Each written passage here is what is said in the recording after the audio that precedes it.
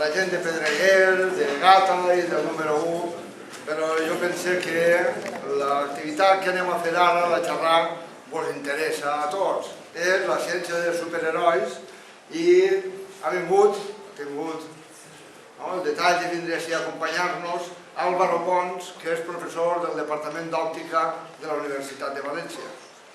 Per res, us deixaré.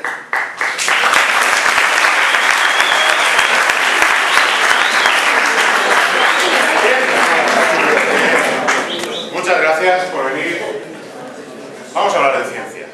Vamos a hablar de ciencia. Yo sé que cuando digo esto mucha gente enseguida ya pone mala cara. Vamos a hablar de ciencia, vamos a hablar de matemáticas, de física.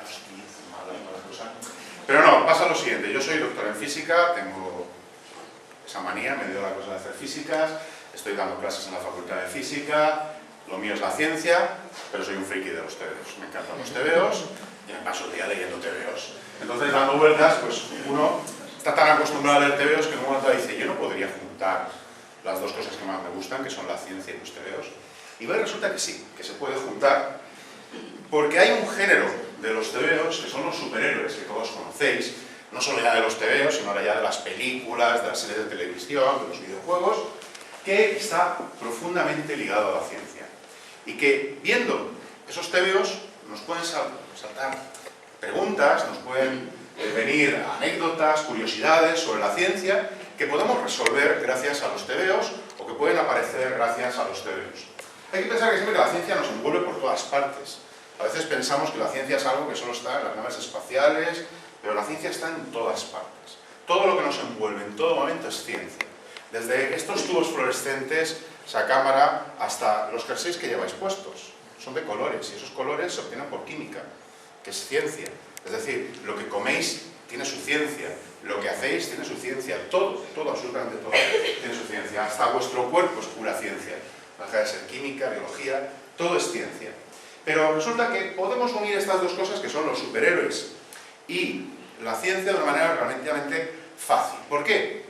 Bueno, pues porque los superhéroes son un género que nace dentro de la literatura popular de principios del siglo XX, del siglo pasado. Nace dentro de lo que era el género de la ciencia ficción, de la fantasía. Los primeros superhéroes la verdad es que no se parecían mucho a los superhéroes que conocemos. La Sombra, por ejemplo, era uno de los primeros superhéroes que aparecen en unas revistillas que se llamaban pulps, porque estaban hechas de papel de pulpa. Era pura cultura popular de aquella época. Doc Savage era un científico. Fijaros que aquí ya empezábamos a tener una cosa rara, y es que los héroes son científicos. Normalmente estábamos acostumbrados a que los héroes, en la mitología, que era donde aparecían fundamentalmente estos seres superpoderosos, eran dioses. Pero en el siglo XX, esos conceptos de teología, de mitología, empiezan a ser intercambiados por una nueva mitología que es la de la ciencia. Doc Savage fue uno de los primeros héroes que era un científico. Y eso era algo muy raro. Los héroes, Hércules no era un científico, era un dios y posiblemente analfabeto y algo tontorrón, pero era muy fuerte. Pero Doc Savage no, Doc Savage era fuertísimo, invulnerable y científico. Incluso un escritor como Philip Wiley, que es famoso por una novela que son Los mundos chocan, de ciencia ficción, hizo una novela de ciencia ficción que se llamaba Gladiator, que hablaba de un personaje que tenía super fuerza, super velocidad, era invulnerable y casi podía volar. Esto era poco antes de que a dos chicos, que se llamaban Joe Shuster y Jerry Siegel, se le ocurriera hacer un personaje que se llamaba Superman. Ellos lo crearon para un pequeño fanzine, una publicación muy limitada, que pues, era un personaje que vivía en un planeta alienígena y que tenía grandes poderes. Esa idea, pues en un momento, estamos hablando de los años 30, donde todo era depresión, donde la economía iba muy mal, era después de la Gran Depresión del 29, pues esa idea se la llevaron a unos editores y tuvo suerte. Tuvo suerte en ser editada como un personaje nuevo que aplicaba la ciencia a lo que era un género como los héroes. Esto no es nuevo. La ciencia ficción es un género que ha existido siempre y la ciencia ficción siempre se ha basado en la ciencia. Por eso se llama ciencia ficción. A veces no lo parece, pero es que siempre. Por ejemplo, os voy a poner una imagen que seguro que reconocéis. Vamos a ponerla. Alien, el octavo pasajero. Todo el mundo ha pasado miedo con esta película, ¿vale? Y todo el mundo, cuando sale el alien del pecho del personaje, todo el mundo se sobresalta, siente asco, miedo, terrible, ¿verdad? ¿Y si yo os dijera que eso pasa todos los días en la naturaleza? Esto no es prioritario de los aliens del planeta, no me acuerdo cómo se llama el dichoso planeta, ni de los predatos, ni de nada. Esto pasa en la Tierra todos los días. Esto, de hecho, está sacado de un comportamiento animal. Está sacado del comportamiento de unas avispas parásitas que ponen sus huevos dentro de orugas y que cuando las avispas salen del huevo empiezan a hacerse camino a través de la oruga viva y salen para afuera exactamente igual que el bicho de alien.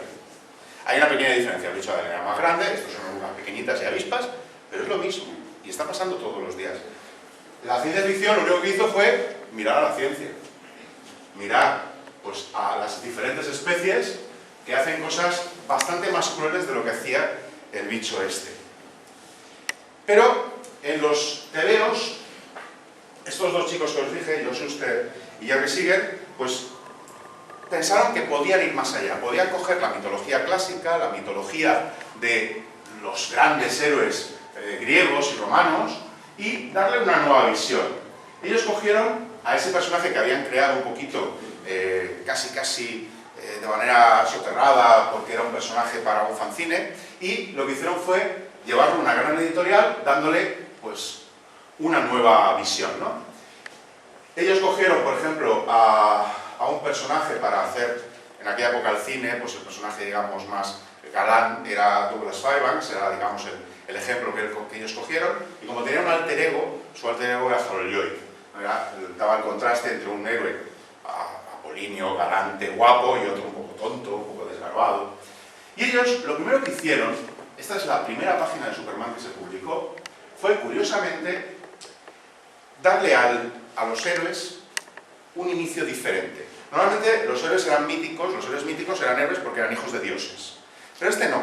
Este, por primera vez, en la primera página lo que vamos a encontrar es que nos dice que este señor era del planeta Krypton, es un alienígena, eso ya es algo siempre diferente, que tiene grandes poderes como levantar sofás cuando era pequeñito, que podía dar saltos gigantescos, no volaba Superman al principio, ni tenía rayos X ni nada de eso, solo daba saltos, que tenía gran fuerza y gran velocidad, era exactamente lo mismo que Gladiator, lo que os he dicho antes.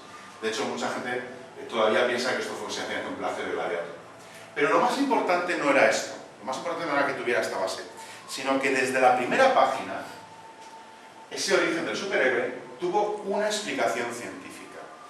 Justo al lado de presentar a nuestro superhéroe por primera vez con pijama, con los calzoncillos por fuera, que es otra de las características del género de superhéroes, daba una explicación científica de la increíble fuerza de Clark Kent. Y él lo relacionaba con la fuerza de las hormigas, que pueden levantar muchísimas veces su peso, o con la capacidad de los saltamontes de saltar muchísimo para su longitud. Es decir, ya desde el principio, Superman, el primer superhéroe, es un superhéroe científico. O sea, los dibujantes en esta época lo primero que intentan es que sus héroes tengan una base científica. Estamos, recuerdo, en ese momento de la ciencia. Poco a poco van avanzando las cosas y, por ejemplo, una de las primeras cosas que dicen es que la fuerza de Superman, su base científica es que Superman vivía en una estrella roja y que al venir en un planeta que tiene una estrella roja y que al venir a la Tierra la estrella amarilla, la diferencia de radiaciones hace que tenga mucha fuerza. Bueno, la verdad es que esto muy científico no es, porque el hecho de que la radiación sea roja o amarilla, pues lo único que puede hacer es que es básicamente, según la banda de ultravioletas en la que estén, que se ponga más moreno o menos moreno, pero que tenga más fuerza o menos fuerza no tiene demasiada importancia. Lo que sí que puede ser es que si el planeta era muy grande o muy pequeño, sí que se podría dar algo parecido a lo que sí que hemos visto, es decir, esos poderes de Superman podrían tener una base con lo que hemos visto que pasa, por ejemplo, con los astronautas cuando llegan a la Luna. Cuando llegan a la Luna, la diferencia de gravedad, como nuestro cuerpo está desarrollado para desarrollar fuerza sobre una gravedad, nosotros estamos todo el día moviéndonos contra la gravedad Fijaros que el simple hecho de andar es ciencia. ¿Por qué? Porque os estáis moviendo contra la gravedad. La gravedad os coge al suelo. Claro, tenemos unos músculos muy desarrollados para esa gravedad. Si nos vamos a un sitio que tiene gravedad más pequeña, un saltito, que aquí es un saltito de 20 centímetros, en poca gravedad puede ser de varios metros. Bueno, pues si el planeta original de Superman fue un planeta con muchísima gravedad, podría justificar a alguno de los poderes. Lo que pasa es que con el tiempo se les empezaron a poner gallitos, empezaron a ponerle poderes y poderes y poderes y más poderes a Superman. Por ejemplo, uno de los primeros poderes que apareció era la supervelocidad. Superman podía cambiarse metiéndose en una cabina de teléfono y salir corriendo ya cambiado, pero ya llegó un momento en que ya iba a la velocidad de la luz. Podía ir a unas velocidades increíbles, se iba de aquí a Saturno y de vuelta en unos segundos. Bueno, ¿eso es posible? Bueno, pues en principio no, es muy difícil. La física prohíbe que cualquier cosa pueda viajar a más velocidad que la luz. Pero Einstein ya nos dijo que no podía ser. Pero resulta que, suponiendo que Superman pudiera bajar a la velocidad de la luz, tendría un pequeño problema. Y es que Einstein ya nos dijo que a la velocidad de la luz pasan cosas raras. Y una de las cosas raras que pasa es que el tiempo corre diferente. Cuando uno va a la velocidad de la luz, el tiempo para él corre diferente que el resto de personas que no va a la velocidad de la luz. Es una cosa un poco complicada matemáticamente a lo mejor, pero lo podéis entender muy fácilmente. ¿Verdad que el tiempo no pasa igual cuando estéis en clase que cuando estéis de fiesta? ¿Verdad que no? Bueno, pues el tiempo pasa diferente. Bueno, pues físicamente ocurre. Físicamente, si vamos muy rápido, hemos comprobado, por ejemplo, lo hemos podido comprobar, que si ponemos un reloj ultra preciso en un avión que va a muchísima velocidad, dando vueltas alrededor de la Tierra, cuando baja el avión, controlas un reloj de la Tierra y el reloj que estaba dando vueltas en la Tierra, y resulta que el reloj de la Tierra ha ido más rápido que el reloj que ha ido dando vueltas. Es un principio de cómo el espacio-tiempo están entrelazados. Esto se suele conocer como la paradoja de los gemelos. Si dos gemelos en la Tierra, uno hace un viaje espacial a la velocidad de la luz, a la vuelta, el tiempo en su nave habría pasado a una cierta velocidad, pero fuera de la nave habría pasado mucho más rápido, de manera que cuando volviera, el gemelo que se había ido tendría una edad, pero el que se quedaba sería 100 años más viejo a lo mejor. Claro, si Superman pudiera ir a la velocidad de la luz, y esto lo hemos visto, yo recuerdo una historieta donde el Lex Luthor, el malo de Superman, tenía a Lois Lane, la novia de Superman, y la tenía evidentemente atrapada, como toca en estos casos, y le pone a Superman en un momento de decir, tienes que elegir, o salvas a Lois Lane, o desactivas la bomba que he puesto en la luna que destruirá la luna. Claro, Superman no tiene ningún problema, va a la velocidad de la luz a la luna, desactiva la bomba, vuelve, le pega 4 hostias a Lex Luthor y arreglado, todo salvo. Eso estaría muy bien en el teoría, pero en la realidad, ¿qué hubiera pasado? En la realidad, si Superman se hubiera ido a la luna, a la velocidad de la luz, y hubiera vuelto, cuando hubiera vuelto, a lo mejor habrían pasado, no voy a decir qué años, pero sí varias semanas. Conclusión, a Lois Lane la habrían matado hace 4 o 5 semanas, porque los tiempos habrían ido diferentes. Es decir, la ciencia nos dice que, no sé si podría ir a la velocidad de la luz, pero tendría muchos problemas por ir a la velocidad de la luz. Otra de las cosas que aparecieron es la visión de rayos X. Siempre nos han presentado la visión de rayos X de Superman como que Superman lanza unos rayos por los ojos no pueden lanzar rayos. La visión no funciona así. La visión, sencillamente, es una capacidad que tiene el ser humano de captar radiación electromagnética. La radiación electromagnética es simplemente una forma de energía que, dependiendo cómo oscila esa energía, pues tiene diferentes características. Los rayos gamma, los rayos X, los ultravioletas, el infrarrojo, las microondas, las señales de radio FM, todo eso son ondas electromagnéticas, absolutamente todo, es lo mismo, solo que cambia su forma de oscilar, cambia su energía. Nuestros ojos tienen unas células con unos pigmentos que tienen la capacidad de responder químicamente a algunas de esas longitudes de onda que llamamos colores, rojo, verde, azul. Bueno, realmente a esas longitudes de onda, nosotros los colores no existen en la naturaleza, los creamos nosotros con nuestro cerebro, pero le damos esa interpretación, pero es muy poquito. Fijaros que de todo lo que hay, nosotros solo vemos ese trocito de color ahí. Pudiera ser que Superman podría ver rayos X, porque rayos X hay a nuestro alrededor continuamente. Nosotros no los vemos, porque somos ciegos a esos rayos X, igual que somos ciegos a los infrarrojos, a los ultravioletas, pero hay animales que ven el ultravioleta, hay animales que ven el infrarrojo. ¿Por qué no podría ser que Superman tuviera células en la retina que fueran sensibles a los rayos X? Bueno, pues eso podría ser. Es decir, algo tan sencillo como ver rayos X no implicaría que tirara rayos X por los ojos, pero sí que podría ser que tuviéramos algunas células en la retina que fueran sensibles a los rayos X. Es tan sencillo como que tuviéramos algún material dentro que cuando llegara un rayo X activara ese material y diera una señal electroquímica para que eso pasara ya a nuestros nervios y eso se interpretara por nuestro cerebro. Otra cosa es que los rayos X pues dieron mucho juego en los tebeos, ¿no? Claro, si no tiene rayos X puede ver cualquier cosa. En uno de los tebeos más famosos de una de las series que salieron de Superman, que era la novia de Superman, Lois Lane, pues por ejemplo, Lois Lane descubre un día que está envejeciendo, y que tiene patas de gallo, y que le salen arrugas. Pero claro, ¿qué puede hacer para que Superman no vea las arrugas? Pues la única opción es ponerse un casco de plomo, porque como tiene rayos X, se ponga lo que se ponga, lo va a ver. Luego, la cosa llega al absurdo de que, pues para que Superman no viera las arrugas de Lois Lane, pues iba con un casco de plomo para que los rayos X no funcionaran. De todas maneras, ya os digo que esto es pura...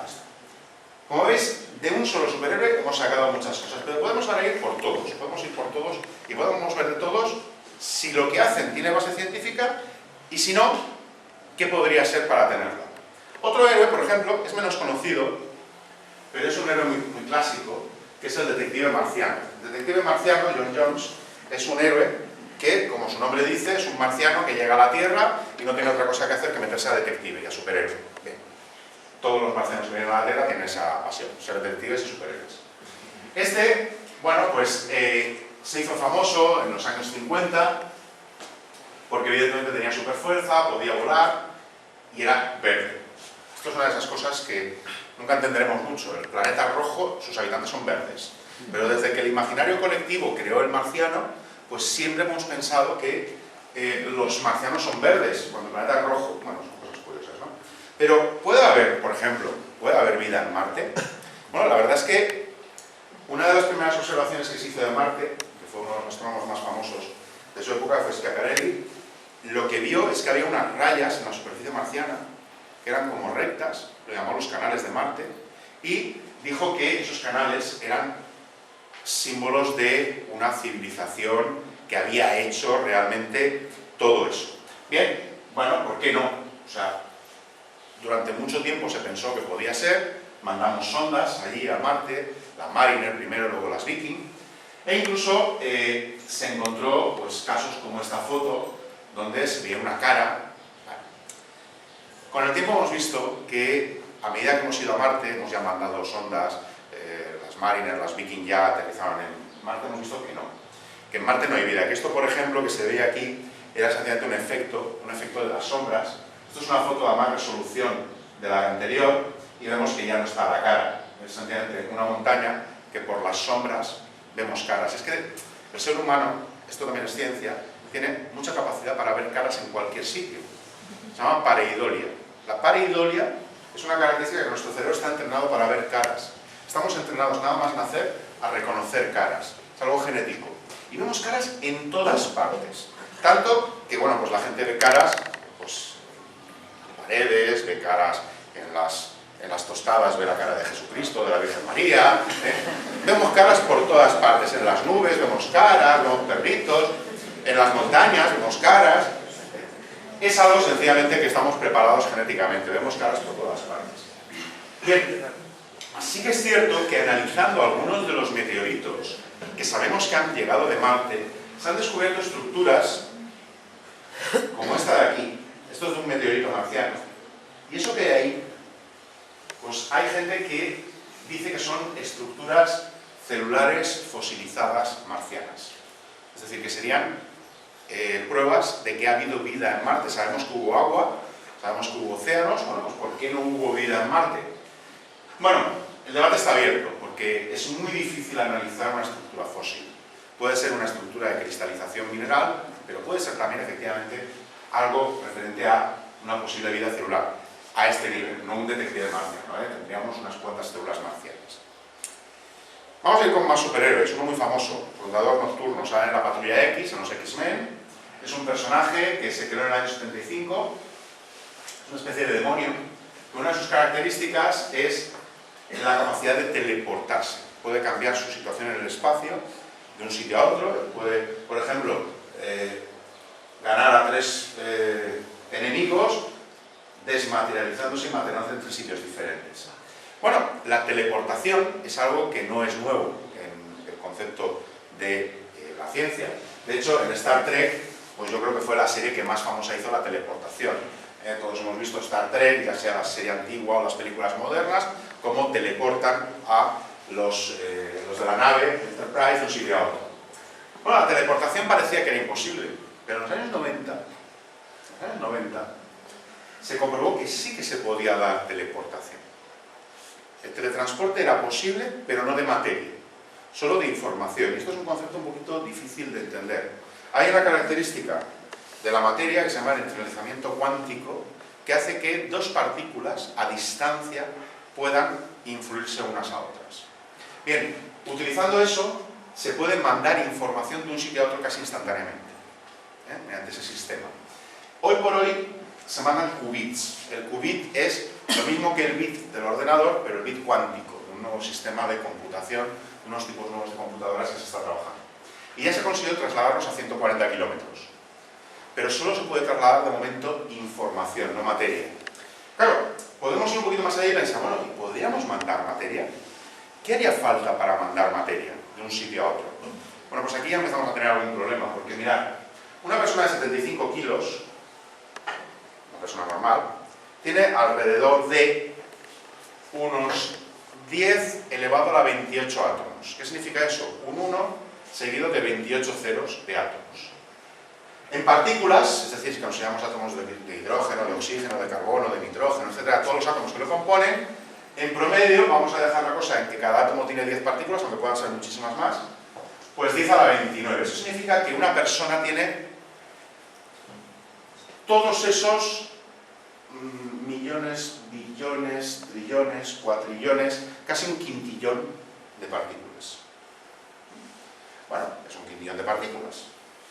Bien, el ordenador más potente del mundo que tenemos ahora tiene una capacidad de hacer de 40 petaflops, es decir, 40 por 10 a la 15, es decir, 40 por un 1 seguido de 15 ceros, 40.000 billones de operaciones por segundo, que no está mal. Imaginad lo que es hacer 40.000 billones de sumas en un segundo. Pensad cuántas hacéis vosotros en un segundo, sin la calculadora. Sin la calculadora.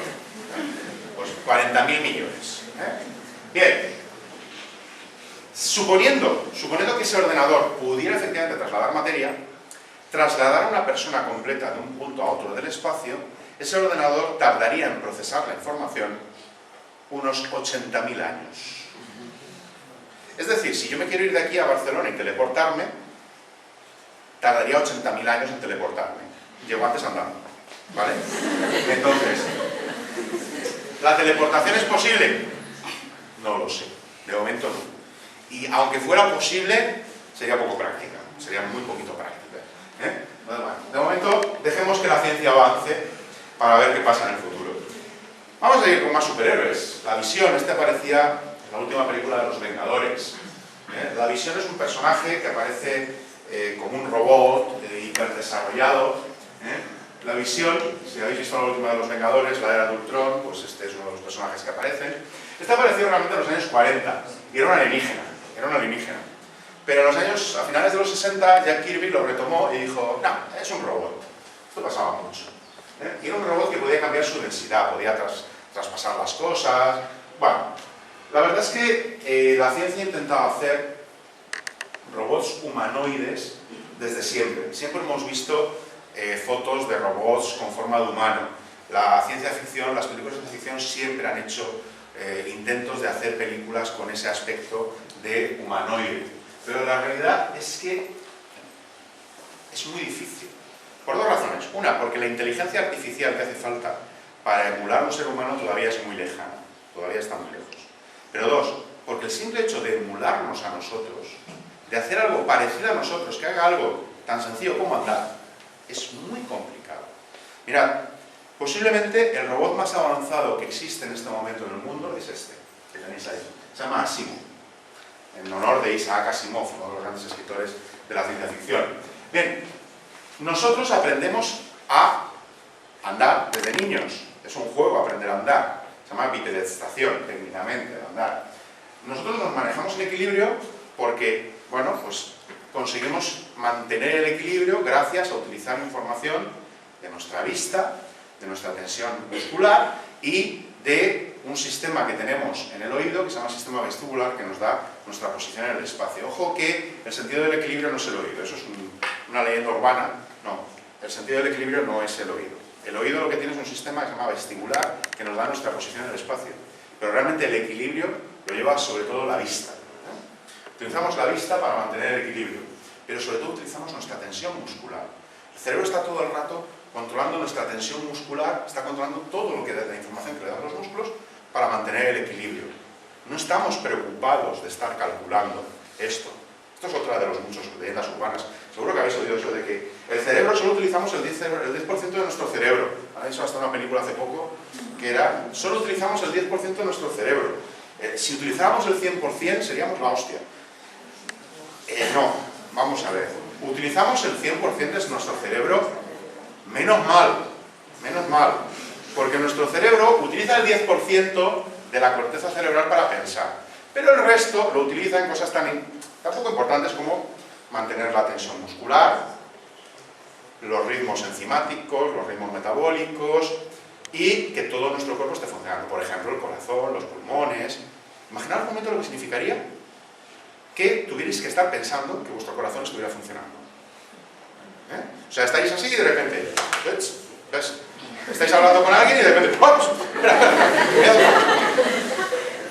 O que tenéis que respirar. ¿Os acordáis de respirar? Imaginaos que os dormís sin respirar. Todo el rato despertados para respirar. Me he olvidado de respirar. ¡Ostras! Que he comido esta mañana el desayuno y se me ha olvidado poner todos los ácidos y tienes todavía ahí el bocata metido sin deshacer. Por no decir otra cosa. ¿Vale? Es muy difícil, pero es increíblemente complejo lo que controla el cuerpo humano. Y eso lo hemos visto al intentar hacer algo tan sencillo como un robot que camine.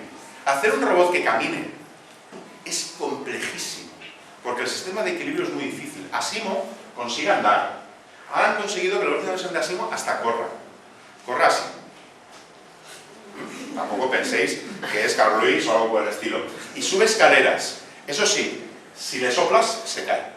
O sea, es curioso porque se intenta hacer robots que parecen seres humanos y eso sí que se ha conseguido. Hay un investigador japonés que es Hiroshi Ishiguro que ha creado un sistema de robots que se llama los Geminoids, que lo que hacen es intentar que sean, no son robots inteligentes, son sencillamente robots que simulan a un ser humano. Él se ha creado a sí mismo. Ha hecho un geminoid, un gemelo robótico. Lo único que hacen es que cogen la forma en que habla, sus expresiones faciales y las reproducen, pero son robots programados, no son robots inteligentes. Es curioso porque hay unos suecos que también lo han intentado y han hecho pues, otros robots de tipo Geminoid como este. Esto es un robot que parecen humanos, pero es curioso, a que lo veis os parece un poquito raro, hasta da mal rollo, ¿verdad? Cuando lo veis. Esto se llama la teoría del valle inquietante. Hay una teoría que dice que la representación de un ser humano, contra más realista es, más miedo nos da. O sea, si cogemos un garabato, pues nos hace gracia. Si cogemos a Homer Simpson, también. Si cogemos a Blancanieves, ¡oh, qué bonito! Si cogemos a Los Increíbles, mola. Pero si cogemos al Tom Hanks del Polar Express, ¡qué mal rollo! ¡Qué feo ese! Eso que es, eso que parece de verdad, pero da mal rollo. Si cogemos a un geminoide de estos, se va a levantar y me va a pegar de estos. Y ya cogemos a una persona normal y nos vuelve a parecer normal. Tenemos ahí un valle inquietante que hace que sea difícil. De todas maneras, es difícil no solo esa representación humanoide, pero todavía más difícil es que sean inteligentes. O sea, nosotros ahora en este momento, tecnológicamente, emular el cerebro es algo que eso sí que es ciencia ficción. IBM ha conseguido, mediante redes neuronales, emular el cerebro de una lombriz de tierra. Y ya tiene un sistema que emula la red neuronal del cerebro de una lombriz de tierra, que tiene unas 40 o 50 neuronas. Nosotros tenemos miles de millones. O sea, estamos a años luz de poder hacer algo parecido.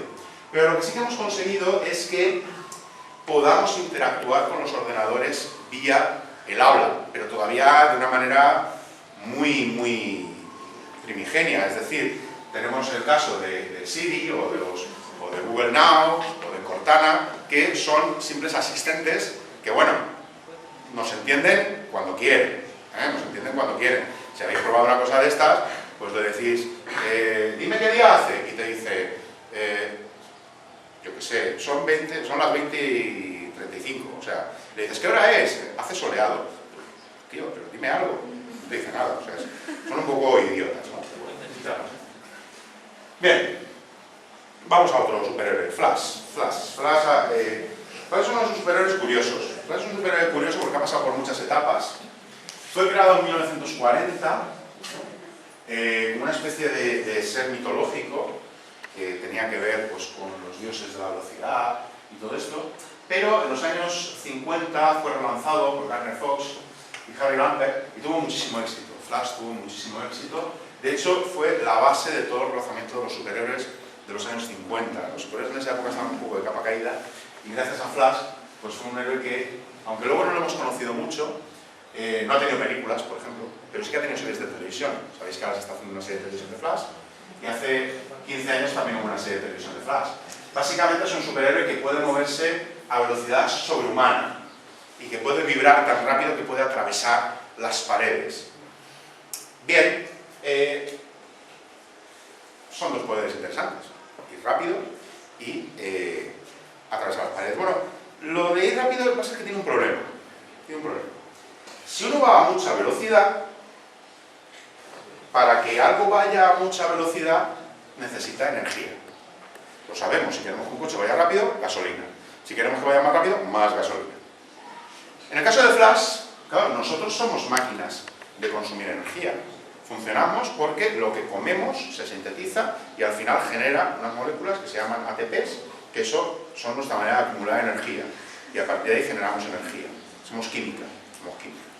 Bien, claro, Flash necesitaría una cantidad ingente de energía para poder desarrollar esa supervelocidad.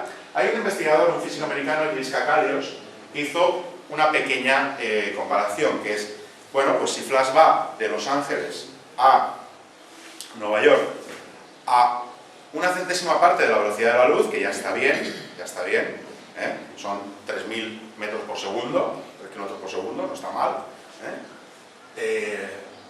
Bueno, pues a esa velocidad necesitaría una energía de X julios. Y lo que hizo fue calcular una hamburguesa normal y corriente, cuántas calorías tiene, normalmente kilocalorías, y eso en energía, cuánta energía da.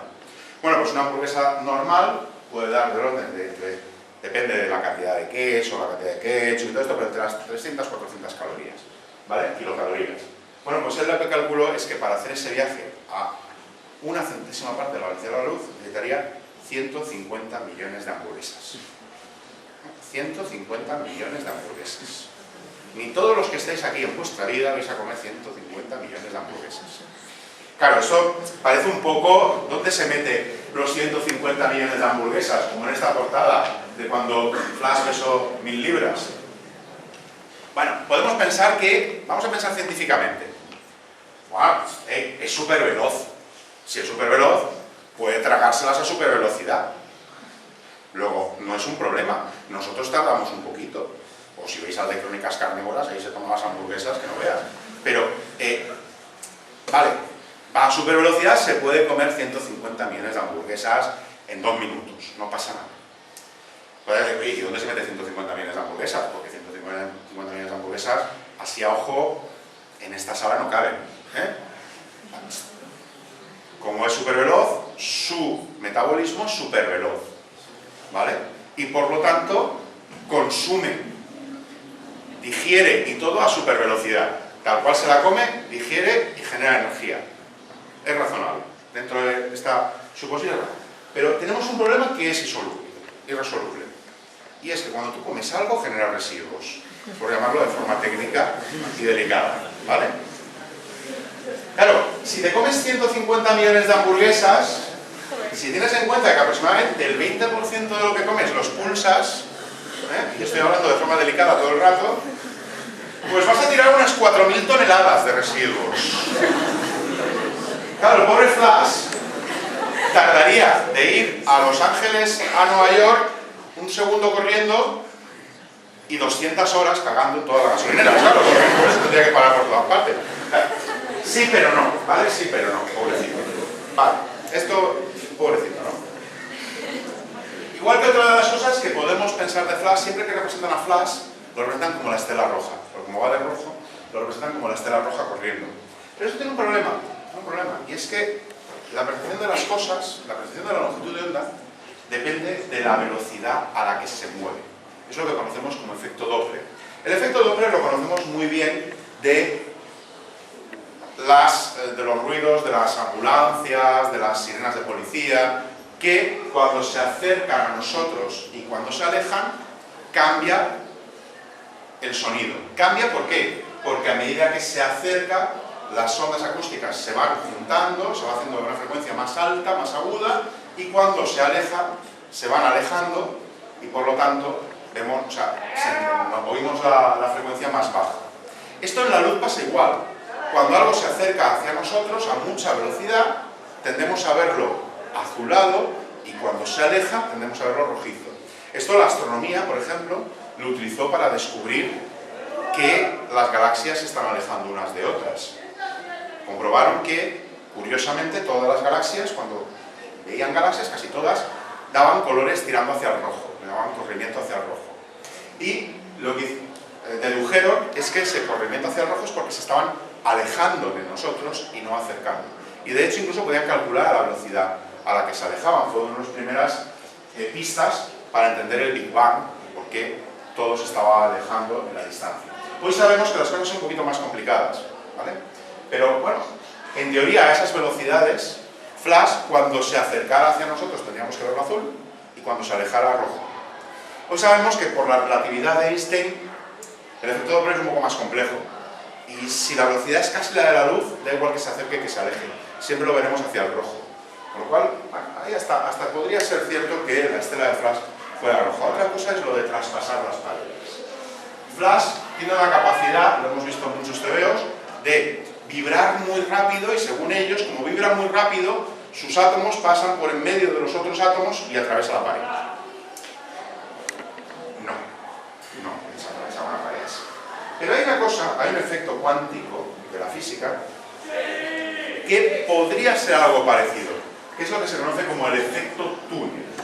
El efecto túnel es una característica de la física, que cuando una partícula choca contra una barrera, no choca y rebota, sino que tiene una probabilidad de pasar y una probabilidad de rebotar. Normalmente la probabilidad de rebotar es tan alta que siempre va a rebotar, pero siempre existe una pequeñísima probabilidad de que pase. Por ejemplo, pues si yo me lanzara contra esta pared, lo más normal es que me pegue un fostión impresionante. Pero existe una probabilidad entre 1 trillón de que yo atravesara, que mis átomos estuvieran ahí a atravesar la pared. Es una posibilidad de 1 trillón. Es prácticamente imposible que eso pase. Pero en la naturaleza vemos que pasa, porque hemos conseguido hacer microscopios que se llaman de efecto túnel, que nos permiten pasar electrones de un sitio a otro, atravesando cosas que no deberían atravesar, y de esa manera ver estructuras extraordinariamente pequeñas. ¿Vale? Bueno, pues Flash lo que podría hacer es aprovechar la cuántica para atravesar las cosas. Es una cuestión de probabilidad. Si yo tengo una probabilidad entre 1 trillón de atravesar la pared, lo único que tengo que hacer es tirarme 1 trillón de veces contra la pared. Si Flash es súper rápido, lo único que tiene que hacer es pegarse 1 trillón de veces contra la pared. Alguna pasará. O se morirá antes, pero alguna pasará. ¿Vale? Pero, efectivamente, podría ser por el efecto túnel que pasara, sencillamente ampliando la cantidad de intentos. Esto es como que te toque la lotería. Si tú te compras un boleto de lotería, pues no te va a tocar. Si te compras uno de todos los números de la lotería, seguro que te toca. Pues esto es lo mismo, ¿vale? Bien. Vamos a pasar a otros. Los Cuatro Fantásticos. También los conocéis, han hecho película hace poco también. Son uno de los personajes clásicos de la Marvel, junto con Spider-Man, son los dos personajes más famosos. Los crearon Stan Lee y Jack Kirby en 1961 y supuso el gran cambio de los superhéroes. Los Cuatro Fantásticos, fijaros que son científicos. Son 4 científicos, volvemos al héroe científico, que van al espacio, reciben radiación cósmica y se ven transformados en 4 superhéroes.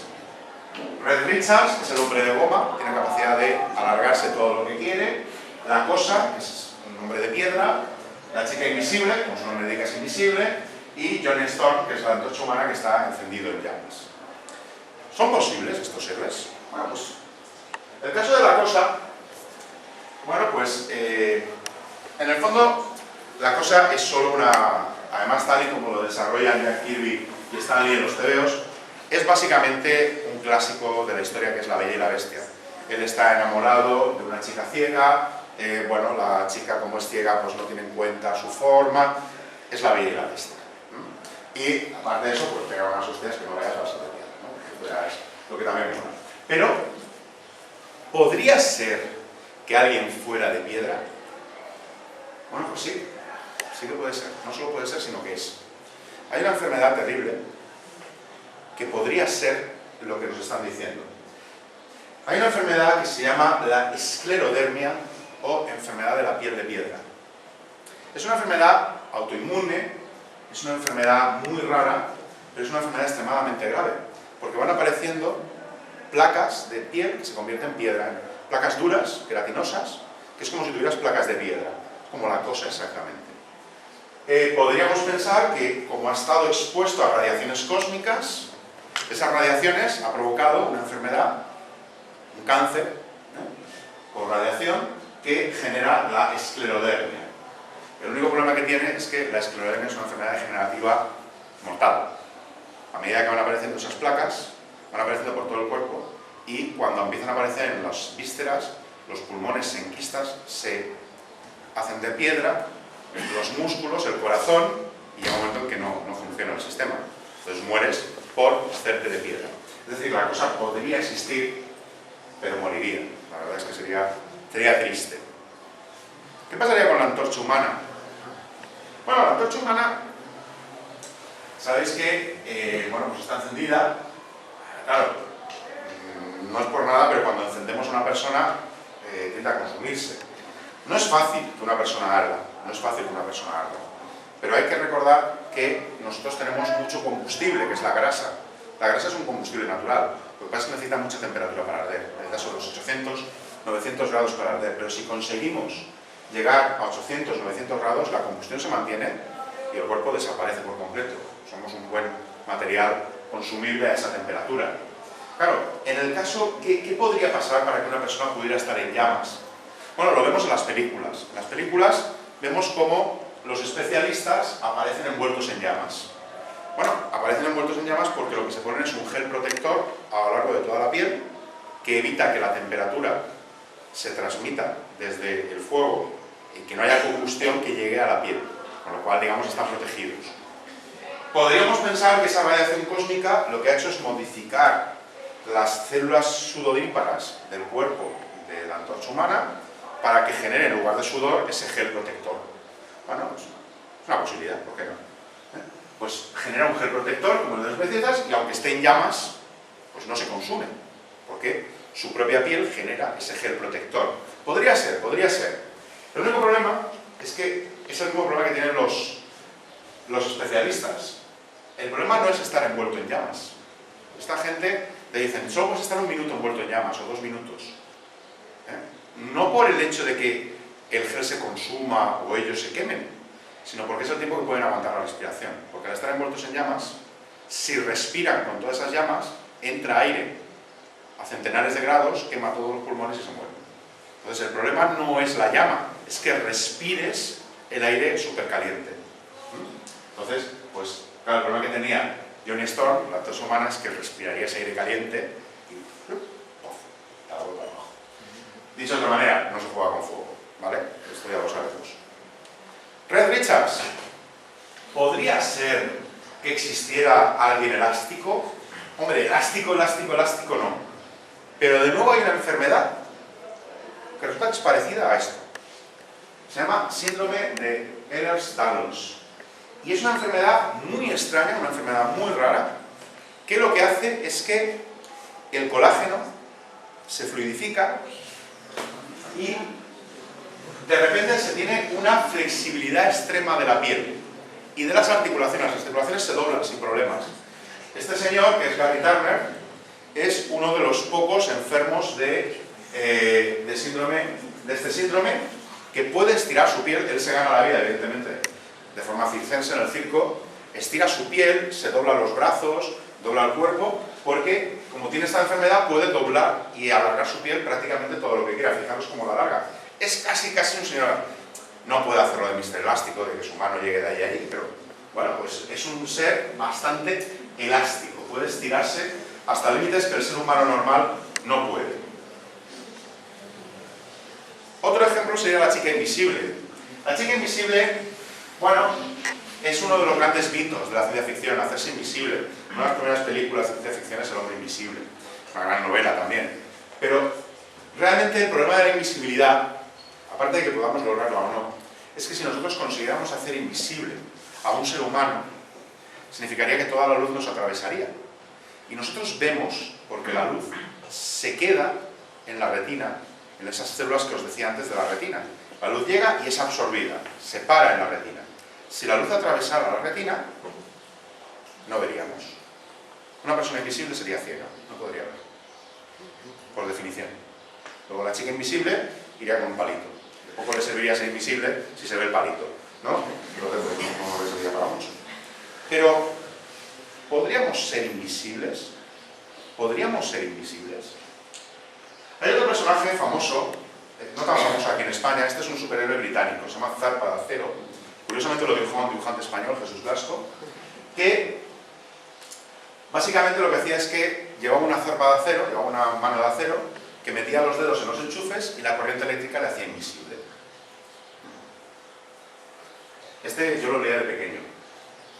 Y no sabéis la de veces que he metido el dedo en el enchufe por culpa de este libro. Pero bueno, no funciona, no funciona. No funciona. Es más, lo único que logras es una hinchazón de la cara por acción materna, que es diferente. Pero bueno, no es un superpoder, esto no es un superpoder. Pero bueno, pero podría ser. Bueno, pues resulta que hoy sabemos que existen materiales, que son materiales que se conocen como electroópticos, y una propiedad de la física que se llama el efecto Pockels o el efecto Kerr, que puede cambiar las características ópticas de un material si le aplicamos una corriente. Por ejemplo, ya hay ventanas que se hacen más oscuras o más claras aplicando una pequeña corriente. O incluso puede cambiar la potencia de una lente con un simple... Ya hay unas lentes de prueba que en lugar de cambiarnos la lente cada vez que cambia nuestra graduación, lo que haríamos es coger, conectarlo al ordenador por USB y cambiaría la potencia de la lente. Lo único que pasaría es que iría con pilas la gafa. Cada vez que se te acaban las pilas dejarías de ver. Tendrías que ir corriendo a comprar pilas para la gafa. Pero eso existe. Entonces podría existir materiales, como la ropa, por ejemplo, que nos envuelve, que conectados a una cierta corriente tuvieran propiedades ópticas.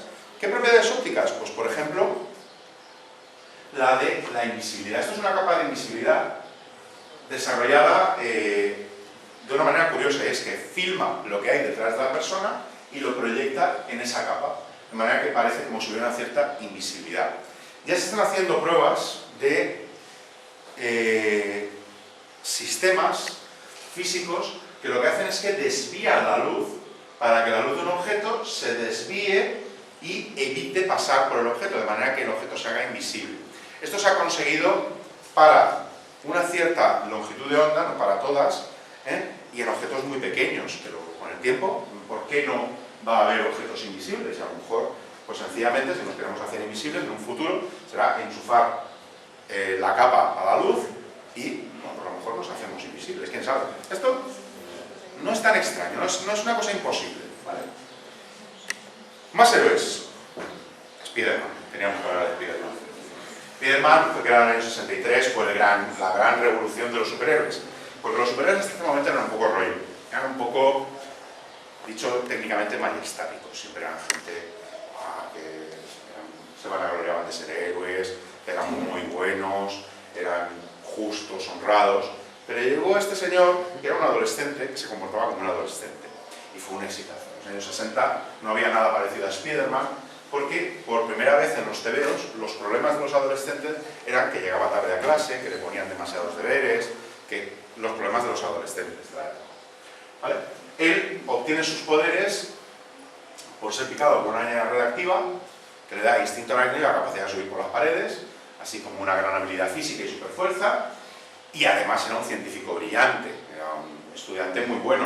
Por primera vez, un empollón era un superhéroe. Era la primera vez que los empollones ascendían a la calidad de superhéroe. ¿Vale? Bien, podría ser que picado por una araña radioactiva cambiara la capacidad genética de Spider-Man. Hombre, tendrían que pasar más cosas. Tendrían que pasar más cosas. Por ejemplo, vamos a suponer que efectivamente una araña radioactiva traspasa parte de su ADN a Peter Parker y que ese ADN, por alguna causa, modifica el propio ADN de Peter Parker para darle capacidad de araña. Bueno, lo primero que pasaría, evidentemente, es que, ojo, las arañas tienen 8 patas y un ser humano tiene 4 extremidades, con lo cual a Peter Parker, como mínimo, le tendrían que crecer 4 extremidades. Esto pasó en los tebeos una vez. En los tebeos apareció un Peter Parker con 6 brazos y 2 piernas. Pasarían otras cosas, como por ejemplo, las arañas tienen exoesqueleto, no tienen endoesqueleto como nosotros. El esqueleto de las arañas está por fuera, es la parte dura, es la parte de fuera, su esqueleto es la parte externa. Y aparte, por ejemplo, pueden dar saltos muy grandes porque tienen un sistema de circulación abierta, es decir, la sangre no pasa por venas, sino que ellos impulsan la sangre hacia las piernas, hace que como un sistema hidráulico se dispara y de esa manera pueden saltar. Con lo cual los saltos de Spider-Man se deberían dar con un sistema de exoesqueleto. Eso hace que ya sea un poco diferente. Luego los ojos de la araña son diferentes.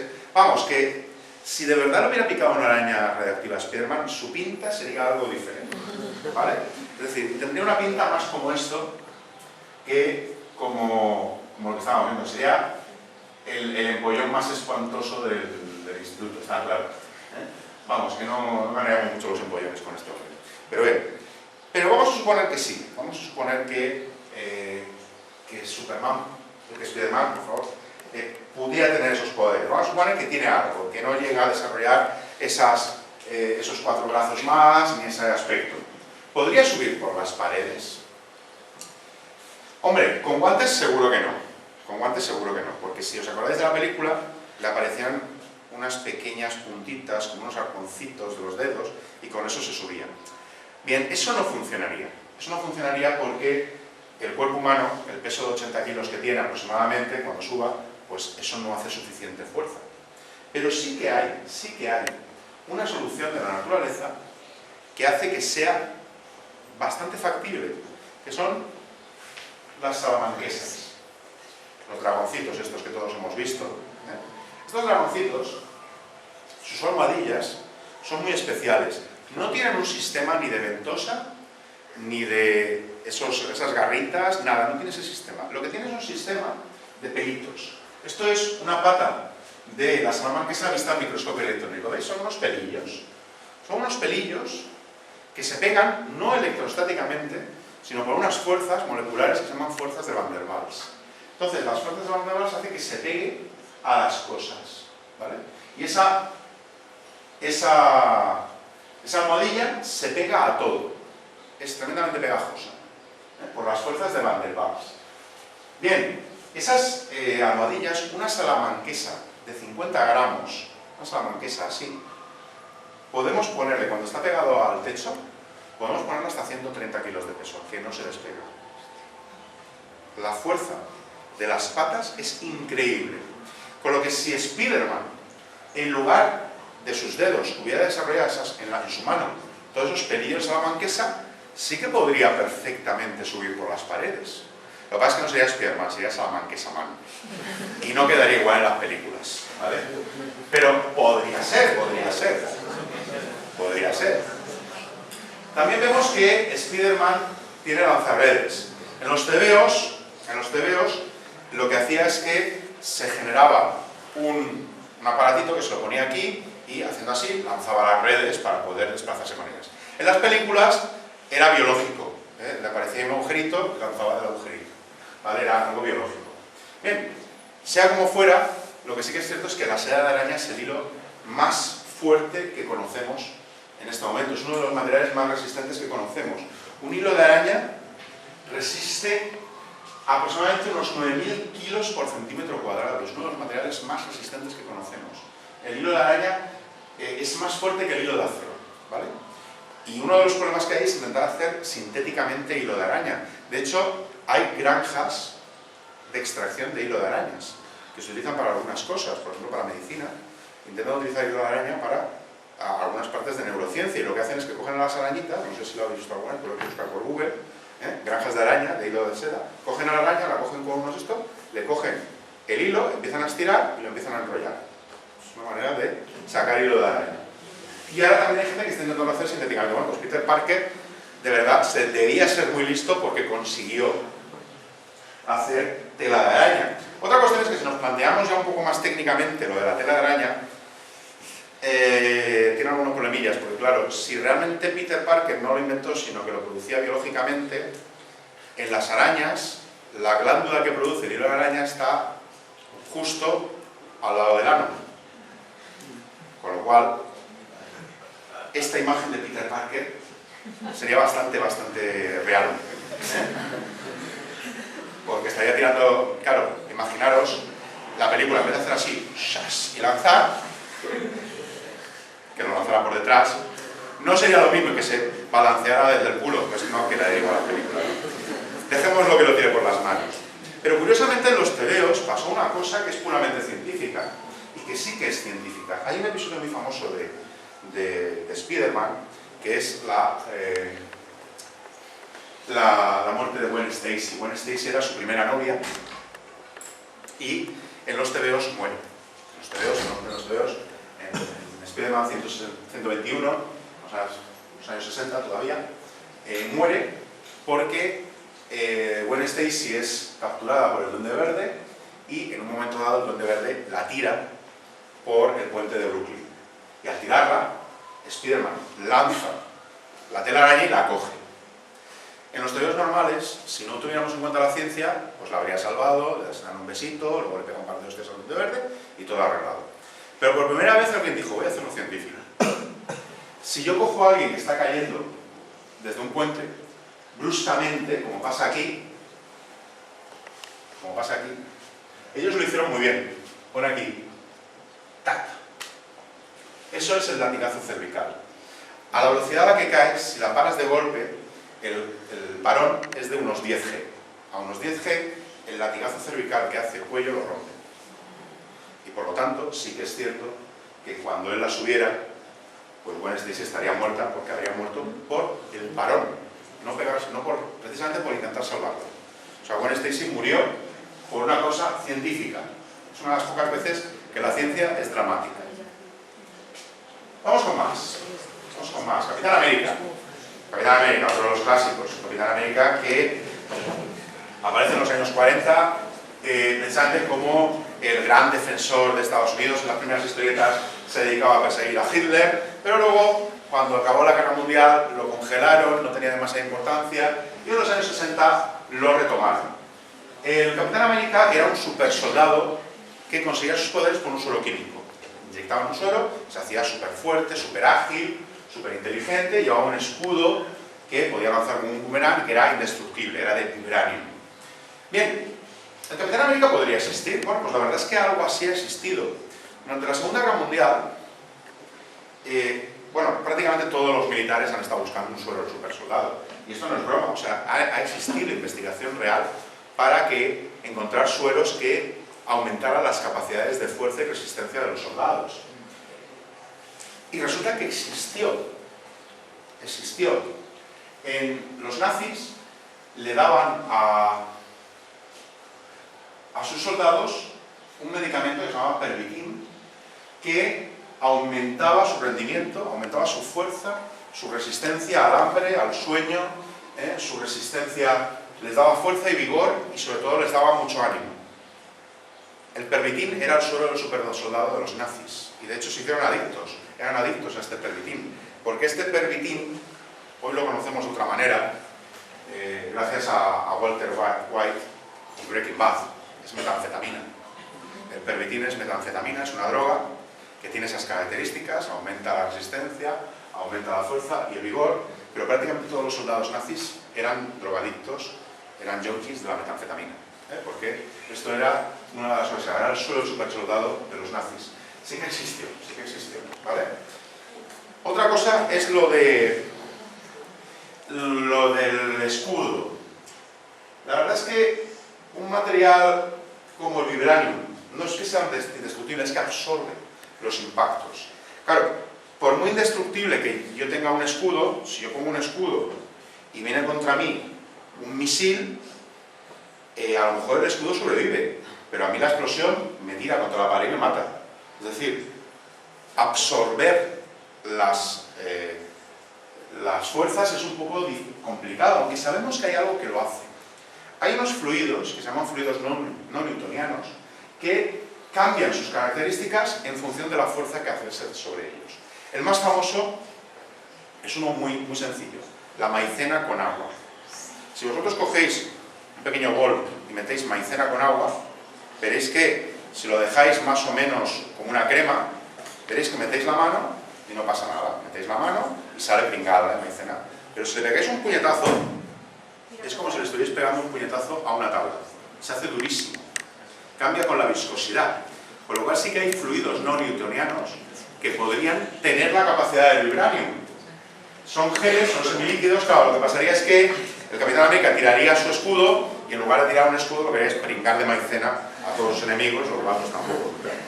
Pero podría ser. Vamos con uno de los últimos, Iron Man.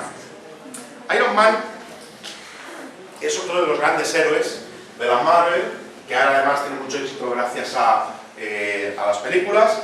Es un científico, de nuevo fijaros que estamos ante un científico, casi todos los grandes héroes son científicos, que bueno, se hace un exoesqueleto para poder vivir y sobre todo porque tiene un problema en el corazón, una esquirla de una bala, que mediante un sistema artificial consigue que su corazón consiga funcionar. Bueno, lo del exoesqueleto hoy en día ya casi es una realidad. Los exoesqueletos primero eran investigación militar, no tenemos ninguna armadura como la de Iron Man, pero sí que tenemos exoesqueletos ya muy desarrollados, como este que veis aquí. Casi todos son investigación militar, ¿vale? Son para los soldados. Pero ya hay muchos que están llegando a la vida civil y que se están utilizando para personas que tengan movilidad reducida, poner un exoesqueleto y que puedan andar. Por ejemplo, parapléjicos, tetraplégicos, se pueden poner un exoesqueleto de estas características, como este que veis aquí, y pueden andar. El exoesqueleto les puede hacer andar. Son exoesqueletos controlados por ordenador y con poco que pueda moverse la persona, les da movilidad. Estos exoesqueletos ya son una realidad, O sea, esto ya existe. Ya están empezando a venderse incluso comercialmente. Cuestan una pasta, evidentemente, pero existen ya y se distribuyen comercialmente. Los exoesqueletos son ya una realidad. Iron Man ya es una realidad. Otra cosa es lo del corazón artificial. Los corazones artificiales, no. Los corazones artificiales no son una realidad. Hay corazones artificiales. Uno de los primeros que se vio es este, del final de los años 60, Jarvik.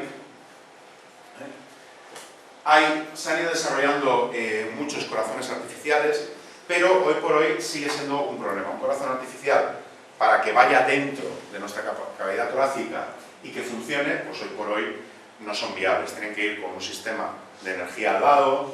Existen, pero, por ejemplo, cuando se le pone un corazón artificial a una persona, se le da una esperanza de vida entre 3 y 6 meses, porque los corazones artificiales no funcionan todavía bien. Es decir, Iron Man, podríamos poner un esqueleto, pero no un corazón.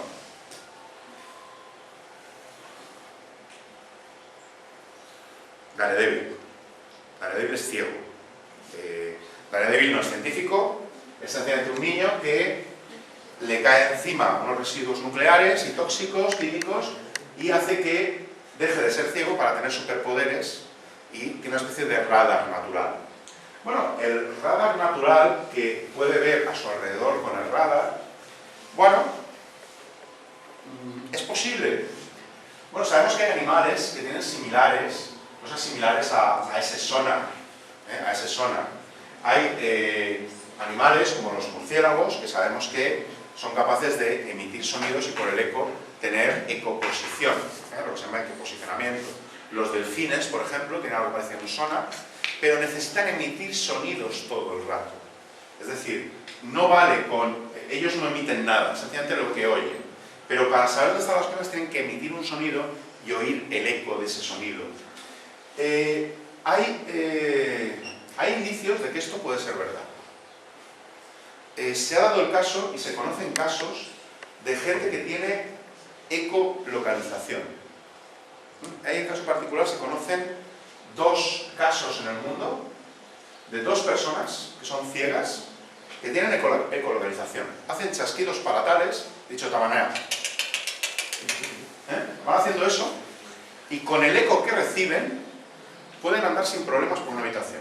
Hay 2 personas en el mundo que lo hacen.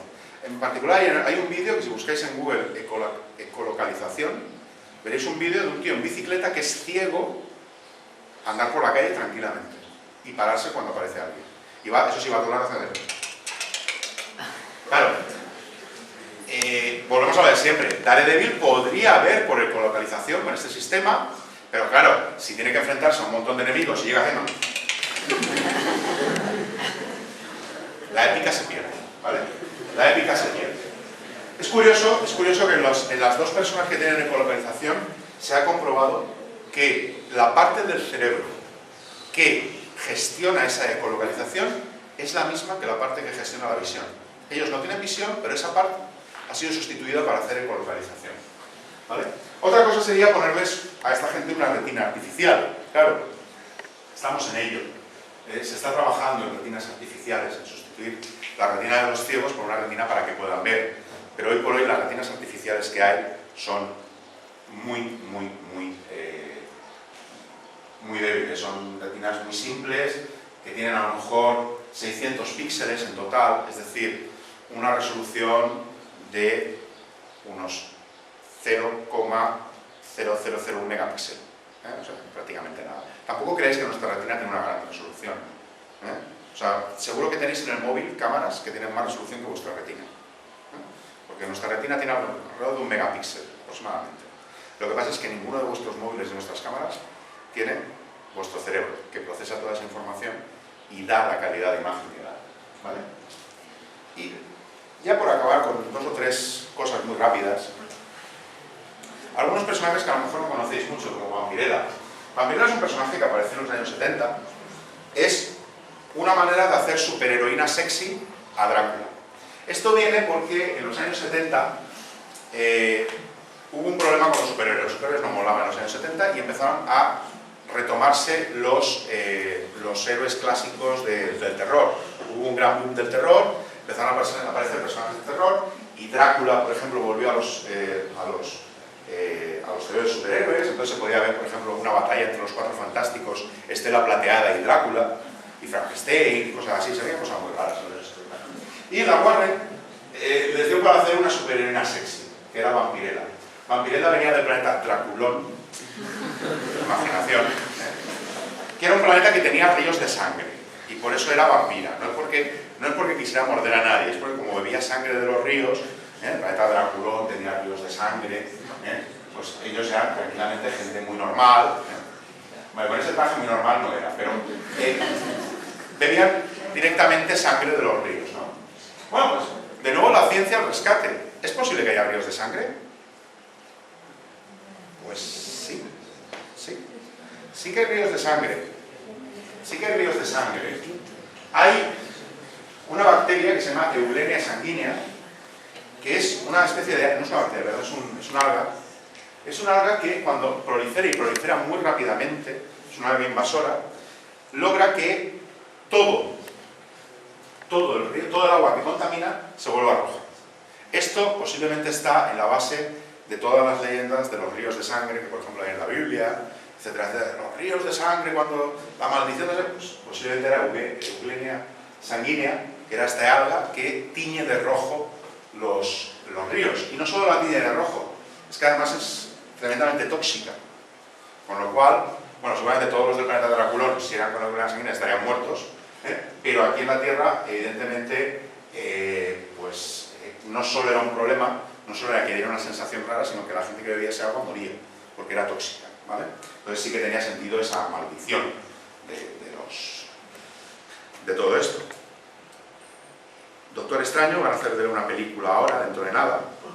Es un mago supremo, es uno de los pocos que no es un científico, esto es magia pura. Bien, el Doctor Extraño, también es de los años 60, es curioso porque la magia hoy en día es muy utilizada por la ciencia. Me diréis, ¿cómo? ¿La magia y la ciencia? ¿Metidos en la misma frase? Bueno, ya se dijo una vez que todo lo que hoy pensamos que es magia, mañana sabremos que es ciencia. Casi todo lo que en su momento se pensaba que era magia, hoy simplemente le damos una explicación científica. Pero es curioso que esa magia que vemos en la tele, Dinamo el mago, todos estos magos que hacen magia, generalmente hay una parte de la ciencia que es la neurociencia, que se fija muchísimo en todos esos trucos de magia. Porque esos trucos de magia aprovechan cómo funciona nuestro cerebro para engañarlo. Entonces, muchas veces los magos saben mejor que los científicos cómo funciona el cerebro. Y muchísimos trucos de magia son precisamente maneras de entender cómo funciona el cerebro. Hay una neurocientífica española, Susana Martínez Conde, que precisamente tiene un libro que se dedica a eso, a coger a magos y estudiar cómo los trucos que utilizan son interesantes para estudiar la mente humana. Es curioso también que el Doctor Extraño, en sus aventuras, visita la dimensión oscura. Y las dimensiones paralelas han sido siempre algo que a la ciencia ficción le ha molado mucho. Las dimensiones paralelas, poder moverse por otras dimensiones, los multiversos. Bueno, hoy sabemos que efectivamente la teoría del multiverso pues forma parte de la ciencia. Hay una parte de la ciencia que está intentando explicar cómo funcionan las cosas, que, bueno, pues la teoría de membranas, que es una teoría de cuerdas avanzada, es una teoría cuántica que intenta explicar la naturaleza de las cosas. Y una de sus conclusiones es que pueden existir multiversos. Pueden existir diferentes universos, diferentes a este, donde incluso las leyes de la física sean diferentes. Y que incluso puede haber más dimensiones que las que vemos. Que nosotros solo percibimos 3 y el tiempo, aunque el tiempo solo lo percibimos en una dirección, pero que a lo mejor en diferentes escalas podría existir otras dimensiones. A lo mejor nosotros vemos algo plano, pero si nos bajáramos a una escala atómica, eso es una especie de espuma de muchas dimensiones. No podríamos viajar por las diferentes dimensiones, pero sí que a lo mejor pudiera ser que existieran esas otras dimensiones y esos otros multiversos, ¿vale? Y yo con esto ya doy por acabado el paseíto por los superhéroes, por diferentes superhéroes. Solo deciros que, fijaros que hemos cogido superhéroes, tebeos, y lo que hemos hecho es algo tan sencillo como intentar leerlos con curiosidad. Yo os animo a que todo lo que leáis, a que todo lo que hagáis, lo hagáis con curiosidad, porque cuando tenemos curiosidad científica, eso siempre nos va a dar respuestas diferentes o interesantes. La curiosidad científica nos lleva a intentar resolver lo que tenemos a nuestro alrededor, a intentar comprender lo que tenemos a nuestro alrededor, y la ciencia siempre nos va a dar una respuesta. A veces no es la que nos gusta, a veces no es la que nos gusta. Seguro que nos gustaría mucho más que existieran alienígenas que decir que probablemente no hay ninguno que haya venido por aquí. Seguro que nos gustaría más pensar que existen 1000 cosas que no existen. Pero la ciencia es la que nos da las respuestas siempre más correctas y la que mejor nos ayuda a avanzar. Pensar siempre una cosa: gracias a la ciencia somos lo que somos. Y pensad que hoy en día la ciencia ha conseguido algo que es increíble. Y es que si os vais a hace 2000 años, el ser humano evolutivamente era exactamente igual que ahora. No voy a hace 2000 años, voy a hace 115 años, 1900, España. La esperanza de vida de un español en España en 1900 era unos 35 a 37 años. Eso significa que yo ya estaría muerto. Y los hombres, bueno, vosotros ya estaríais en la mediana edad, no seríais jóvenes. Las chicas a los 16 años tenían ya su primer hijo o su segundo hijo. Vosotras ya casi todas tendréis entre 1 y 2 hijos. Eso era hace... eso sí, y aproximadamente había una mortalidad de las madres al dar a luz entre un 30 y un 40%. Eso hace 115 años. Hoy vivimos 80 años, tenemos móviles, vivimos de maravilla, por todos los problemas que haya, vivimos muy bien. Y ha sido gracias a la ciencia. La ciencia es la que nos hace avanzar y la que nos hace hoy en día seguir adelante. Los tebeos son una manera de despertar esa curiosidad por la ciencia que yo os animo a que sea de vuestro futuro, seáis abogados, seáis historiadores, seáis filólogos, siempre tener curiosidad científica. La ciencia siempre os va a dar soluciones a todo. Y a los que vais a ser científicos, no os olvidéis que también las humanidades son importantes. No dejéis de leer libros, de leer literatura, de aprender de todo. Porque, a fin de cuentas, los tebeos no deja de ser cultura. Y, aunque nos guste la ciencia, también hay que disfrutar de la cultura. Disfrutar de la cultura y de la ciencia y disfrutar de los tebeos. Muchas gracias.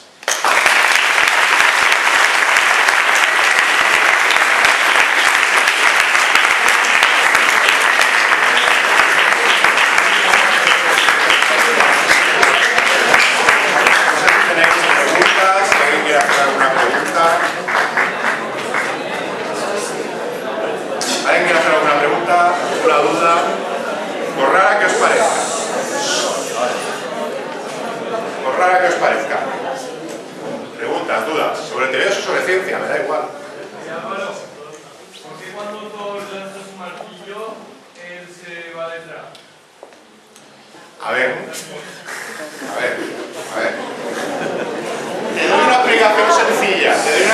Muy sencilla. No sé si te has dado cuenta que cuando coge a Mjolnir lleva una correíta que le coge de la mano. Entonces, claro, le arrastra por la correíta. Hasta ahí. Podríamos ser un poquito más épicos y decir que la superfuerza de Thor coge con tanta fuerza a Mjolnir. No, la verdad es que Thor no podría volar simplemente lanzando el martillo, porque ahí habría algunas consideraciones hacia la física de todo el proceso. Otra cuestión es, por ejemplo, que hace poco, por si os sirve de referencia, hay unos frikis que han hecho un Mjolnir auténtico que nadie podía levantar. Solo lo podían levantar ellos. Lo que hicieron fue coger un martillo de Thor, lo pusieron en una mesa y efectivamente nadie lo podía mover salvo ellos. El truco estaba en un supermagneto que había abajo, un superimán, controlado a distancia. Entonces, claro, cuando todos iban, no había manera de levantarlo por el imán. Cuando llegaban ellos, desconectaban. Pero, efectivamente, Thor es curiosamente uno de esos pocos héroes que no es científico. Pero, ojo, en su otra vida, en su otra personalidad, es un médico. O sea, pese a que es el único que realmente es un dios, porque Thor es un dios de la mitología nórdica, dios de Asgard, curiosamente, fíjate cómo, de nuevo, la ciencia por en medio, su personalidad endeble y un poco así raquítica que tiene cuando se hace humano, es la de un médico, un científico de nuevo. Siempre buscaron en Marvel que fueran científicos. Hulk es un científico, es Bruce Banner. Casi todos los héroes, la avispa, el hombre hormiga, por ejemplo, es un científico. Casi todos son científicos.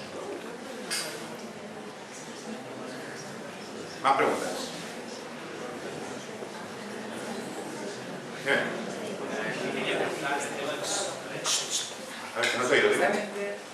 Flash tiene alta velocidad, con lo cual las capacidades de procesar la información y todo eso son más rápidas que las de humano. Hasta ahí llegamos. También lo de los ácidos estomacales y todo eso, también supuestamente van más rápidos. Entonces, ¿qué pasaría si Flash lo que hiciese fuese llevar una especie de mochila en la espalda cargada con barritas con muchísimas kilocalorías? Bueno, eso es lo que hacen los tebeos. Eso en un momento dado, los tebeos, a alguien se le ocurrió en los años 90, a Mark Waid, que era un guionista, dijo: voy a hacer algo científico. Y es que le ponía una mochila llena de barritas súper energéticas. No barritas de estas que venden en el kiosco, no. Cada barrita 100.000 calorías. Una bomba calórica era eso. Vale, eso podría ser que fuera comiendo. tendría que parar en los váteres igual, ni barritas ni leches. Pero tendría otro problema, que esto es otro problema que no he hablado, y es que a hipervelocidad el rozamiento es tan alto con el aire que todo ardería. Tendría barritas chamuscaditas, porque a esa velocidad todo arde. Aunque su traje sea un traje, digamos, antifricción, a esa velocidad, pensad lo que pasa cuando una nave espacial entra en la atmósfera, que se encienden llamas por la fricción con la atmósfera. Pues supuestamente Flash va a más velocidad, con lo cual debería, vamos, quemarse un poquito. Sería un poquito complicado llevar una mochila, aparte que la mochila habría que ver cómo la llevo pegada, porque la fuerza del aire que genera, cuando tú corres mucho, se generan vórtices detrás tuyo, y esos vórtices le arrancarían la mochila seguramente. O sea, que sería complicado, no sería fácil. Pero sería una solución, de hecho se aprobarían los términos. Bien. También lo de la antorcha humana, Sí. que sí que vale, que sí que jugó con las glándulas sudoríparas y todo eso, pero ¿y el fuego de dónde lo saca? Un mechero, hombre, un mechero. Llevaría mechero, claro. Hombre, a ver, volvamos a lo de antes, Pensad siempre que tenemos que mantener un poco de ética. Tenemos que mantener un poco de ética, ¿vale? Es decir, no es lo mismo que en las películas o en los tebeos diga, llamas a mí, y que se encienda, a que coge y diga, ¿tienes fuego, por favor? No es lo mismo, porque saque las cerillas y no le funciona. Hombre, también podría volver con el tema este de la última cerilla que me queda para encenderme, que sale en las películas siempre, ¿no? Te queda una cerilla, solo me queda una. Para encender la bomba, esa única que me queda, no sé qué, el mechero que no se enciende. Pero no es la misma épica, ¿eh? No es la misma épica. Más preguntas, va, estamos ya en marcha. Más, pues, dime. Plantas un material en los párpados Sí. que repelará la luz. Cuando tú cierras los párpados, serías invisible. Y cuando los abres, No, a ver, lo primero, si tú te pintaras los párpados con un material que reflejara la luz, que la repeliera, lo único que pasaría es que tus párpados sean espejados y tendrías un maquillaje precioso de los párpados, ¿vale? Esto es lo primero. Vamos a poner otra cosa. Imagínate que en lugar de eso utilizaras un material que absorbe toda la luz y que no deja salir nada de esa luz. Lo único que pasa es que cuando cerrar los párpados aparecerían aquí dos agujeros negros, porque todo se absorbe y nada se refleja. Pero eso no afectaría en nada a tu visión, porque tu visión no depende de los párpados, depende de la retina. Si tú cierras los párpados no ves. Punto. No habría manera de generar eso, ¿eh? Entonces, la invisibilidad no la podemos lograr directamente por nada. Tendría que ser algo que esté a nuestro alrededor y que tenga capacidades electro-ópticas o nano-ópticas para poder desviar la luz a nuestro alrededor. Eso es lo que se está trabajando en este momento. ¿Y si te pusieras lentillas? Ah, pues serías la mujer invisible con lentillas. Que verías un par de lentillas moviéndose por ahí. Entonces, de poco serviría la invisibilidad, ¿eh? Esto es como cuando ves al hombre invisible con las gafas andando por ahí. Y después te sirve de poco, tío. O sea, aparte, un hombre invisible miope queda hasta un poquito mal, ¿no? Pero sí, efectivamente podrías pensar, bueno, ¿y si tenemos unas lentillas que consiguen cambiar la luz? Sí, a lo mejor podríamos, pero el problema está en que nosotros hemos hecho transparentes las células de la retina, no lo que llega. El problema no es la luz que llega, el problema es que la retina la hemos hecho transparente. Otra posibilidad es que nuestro sistema de transparencia dejara las retinas al aire y las retinas se mantuvieran. Pero entonces lo que verías es andar por el espacio dos mitades de globos oculares. Daría un poquito hasta de miedo, pero bueno, funcionaría. Bien. A ver, los personajes con superfuerza. Sí. Es que me has tocado el tema de qué pasaría, por ejemplo, si con una mano levanta medio edificio, porque Superman lo podría hacer perfectamente. ¿Qué pasaría con sus músculos y sus huesos? También deberían tener componentes que los hiciesen millones de veces más fuertes que los humanos. Sí, claro. A ver, eso no sería relativamente problema. Podríamos tener una biología que no estuviera basada en el carbono, que no fuera una biología orgánica. Hay teorías que hablan de biologías del silicio. Podríamos tener, ¿por qué no una biología del hierro? Podría ser un hombre de acero de verdad. ¿Por qué no? Sería complejo, porque no conocemos que exista química orgánica más allá del carbono y del silicio por las propias características que tienen. Pero quién sabe si a lo mejor con el hierro podría darse. Lo que sí que pasarían son cosas, detalles, ¿no? Si tú levantas con una mano un edificio, tú a lo mejor puedes levantar con una mano el edificio, pero todo el peso del edificio vas a estar sobre ti y sobre tus pies. Con lo cual, tú pesarás 80 kilos, pero si el edificio pesa miles de toneladas, tú pasas a pesar miles de toneladas y te hundes. Es decir, levantaría el edificio y se hundiría, ¿vale? Lo cual serviría de poco, ¿eh? Porque sí, él cogería, salvaría a todos levantando el edificio y luego se los volvería a cargar porque se caería con el edificio, ¿eh? Porque el suelo no lo aguantaría. Sí, bueno, la demolición también es importante. Hay una serie de superhéroes, claro, estamos acostumbrados a ver que en todas las peleas de superhéroes todo se va a tomar por culo, vamos, es que se lo cargan todo. Hay una serie de Marvel que hay unos guionistas que se plantearon un día decir, oye, ¿y todo esto que destruimos qué pasa después? Y hay una serie que se llama Control de Daños, Damage Control. Y es una serie que es, después de las grandes peleas, es una serie de humor, pero es muy divertida, un equipo de reconstrucción de todo lo que se cargan los superhéroes, ¿no? Y entonces te aparece pues la típica pelea de Hulk y la cosa que se han cargado medio Nueva York, y luego aparecen estos ahí volviendo a hacer edificios, volviendo pagando los seguros, la gente quejándose de que oye que me han roto aquí la no sé qué, y claro, todos los destrozos que hacen los superhéroes. Sí, eso es. Bien. Entonces, ¿cómo se contrae un músculo de hielo? No lo sé, pero podríamos pensarlo. Podríamos pensarlo. O sea, un músculo se contrae porque... Un músculo se contrae porque es un sistema de células fibrosas que se separan y se juntan, ¿vale? Entonces lo que hace es separarse y juntarse. Si tuviéramos un músculo de células metálicas que pudiera hacer esto, sería un sistema de contracción. A lo mejor en lugar de tener un sistema electroquímico sería un sistema magnético. No lo sé. Ahí ya estoy elucubrando. Pero ya os digo, el problema es pensar que toda la biología es biología de la química orgánica, que conocemos del carbono.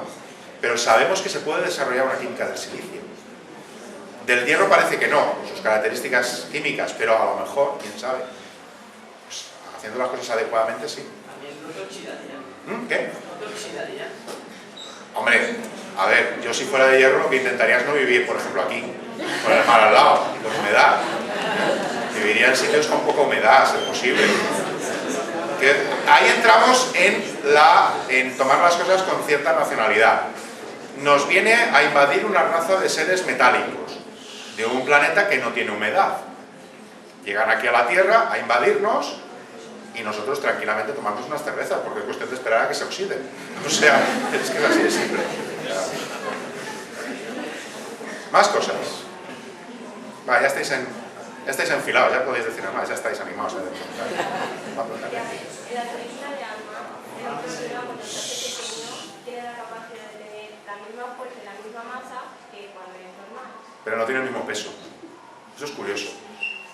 ¿Y por qué puede imaginar que si tiene la misma masa, la otra sería la misma? Eso es lo que te digo. Tener la misma masa significa tener en la Tierra por lo menos el mismo peso. Es verdad que peso y masa no es lo mismo, ¿eh? Ojo que muchas veces confundimos peso y masa. El peso es la fuerza que hace una masa ante una gravedad, ¿eh? Sabéis que la fórmula es que peso es igual a mg.